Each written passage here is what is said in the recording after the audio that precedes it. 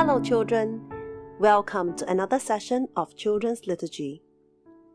Today is the 20th Ordinary Sunday. The theme for this week is Be Courageous like Jeremiah.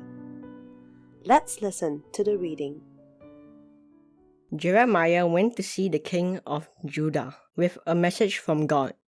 The king of Babylon and his army will capture Jerusalem and destroy the city, and many of your people will be killed, said Jeremiah. When the army commanders heard what Jeremiah was saying, they went to the king and said, "This man does not want to help us. He is making the people and our soldiers afraid and must be put to death." The king agreed to their request, so they took Jeremiah to a deep well and threw him in. There was no water in the well, but Jeremiah sank into the deep mud at the bottom. When one of the king's servants heard what had happened, he went to the king to plead for Jeremiah's life to be spared. "Your Majesty, he has done nothing wrong," said the servant. So the king ordered the servant to take some men and pull Jeremiah out of the well before he died. Today's reading is taken from the book of Jeremiah. Jeremiah was a prophet. A prophet is someone special who is called by God to deliver God's message to his people. Jeremiah was called to be a prophet to the people of Judah. They committed many sins and were worshipping false idols rather than worshipping God. This made God very sad. God told Jeremiah to tell the people to turn from their ways. If not, disasters would befall the nation because of their sinfulness. Jeremiah loved his country and his people. Most of all, he loved God and wanted to obey him. That was why Jeremiah did what God told him to do. He hoped the people would obey God and turn from their bad ways. In today's reading, Jeremiah had to deliver a message that was difficult for people to accept. Jeremiah was warning the king of Judah that if they chose to go to war against the enemy, the city would be destroyed by the Babylonians, and many people would be killed. Instead, they should surrender to the Babylonians so that at least they can save their lives. The army commanders were angered and chose not to believe Jeremiah and in God's message for them. They accused Jeremiah of spreading fear. Perhaps it was hard for them to accept that they have to surrender to their enemy. They would rather do what they think was right than to obey God. Because of that, they wanted Jeremiah to be killed. The king went with their decision to have Jeremiah thrown into a dark and cold well, where there was no water to drink and no food to eat. Jeremiah was left to die. He was all alone. How do you think he felt being thrown into the well? This was not the first time that Jeremiah was sent by God to warn the people. In fact, he had given them messages like this many times over 40 years. Because the people want to do what they want to do and do not want to obey God, they disliked Jeremiah for his messages of warnings from God. Most of the time, they did not listen to him and will sometimes punish him. Jeremiah had been thrown to jail for this too, even though he had done nothing wrong but to send God's message to the people. Despite going through all the suffering and feeling sad and disappointed that the people were so stubborn and disobedient to God, Jeremiah never gave up. Why would Jeremiah continue to put himself through all the suffering for people who were disobedient to God and refused to listen? Now let's imagine something together. Imagine that you're good friends with Bob and Cindy. You do many things together. You eat and play together during recess. You laugh at jokes together and take the same bus home from school. One day, the three of you were walking to the canteen when Bob spotted a wallet lying on the corridor. He opened it, and everyone was shocked to find $300 inside. Bob suggested that since the three of you were good friends, he would share the money among everyone equally. He took out the notes, and each person had $100. Bob made everyone agree to keep quiet about this, and not to tell it to any of the teachers or parents.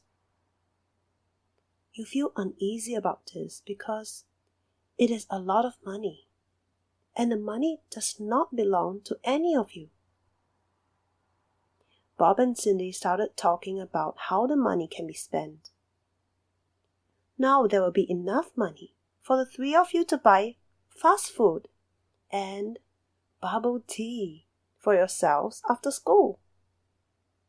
Suddenly, you remembered some nice stationery and books that you liked from the bookshop. With this money, you will even be able to buy them. Why, you could even buy something for your parents and tell them it is from your savings. Thinking about their happy faces makes you smile.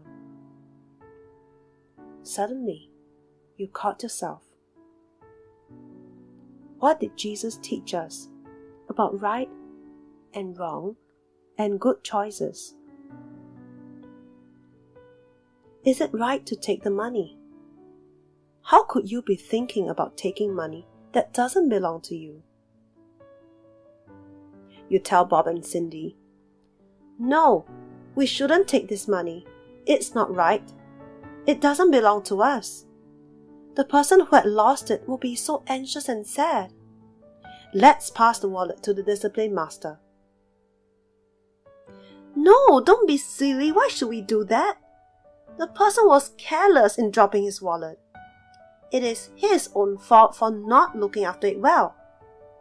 After all, if someone else had picked up the wallet, he would have kept the money too. It is our good fortune that we found the money. Finders keepers, so it is ours now. Quick, just keep it. No one will know." Now, what will you do? Will you choose to keep the money and not tell anyone about it? That way, you get to spend the money buying things you like, and your friends will be happy too. However, choosing this also means that your heart will feel burdened by the guilt of keeping or spending money that doesn't belong to you. No one will know it, but God knows. Will He be pleased by your choice? Or will you tell a teacher about this? It seems like the most sensible, honest, and right thing to do. You will feel at peace, knowing that the person will get his money back, and that you have obeyed God by doing what is pleasing in His sight. However, this means that you will forgo the things you can get with $100. It also means that Bob and Cindy will likely get angry with you, because they also won't get to keep the money. Worse still, they might be so angry that they might stop being friends with you. Choosing to do what is right is difficult. Making a good and right choice that pleases God is often more difficult than making a choice that pleases ourselves or others. Following Jesus means that sometimes we have to be brave to choose to do what is right, even though it might mean sacrifice on our part. For example, sometimes friends or people might laugh or get angry with us because we do what we know is right. They might call us names when we walk away from a fight in the playground, or we might lose friends when we choose to treat someone kindly. Jeremiah went through a lot of hardships when he chose to obey God and do what was right. Yet, he chose to be courageous and pressed on. There were many times that he felt so lonely and sad, but we know that God was looking after Jeremiah. In today's reading, after Jeremiah was thrown into the well, one of the king's servants pleaded for Jeremiah's life to be spared, and Jeremiah got rescued from the well. The servant might be feeling afraid that he might be punished by the king or the army commanders for speaking up for Jeremiah. Yet, it was because of his courage to approach the king that saved Jeremiah's life. The king's servant is another person who stood up for what is right, even though it is difficult, because he might get punished or despised. As the years went by, everything happened according to what Jeremiah had said. The city fell to the Babylonians, and many people died. Over time, the people began to realize that they had lived badly and had to change their ways. Through Jeremiah, God invited them back to His love and a new way of life. In the same way, as children of God, Jesus has called you and me to share His love.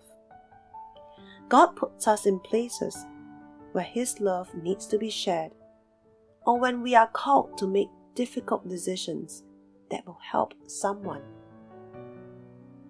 Will you follow Jesus wholeheartedly and be courageous like Jeremiah by making right and good choices?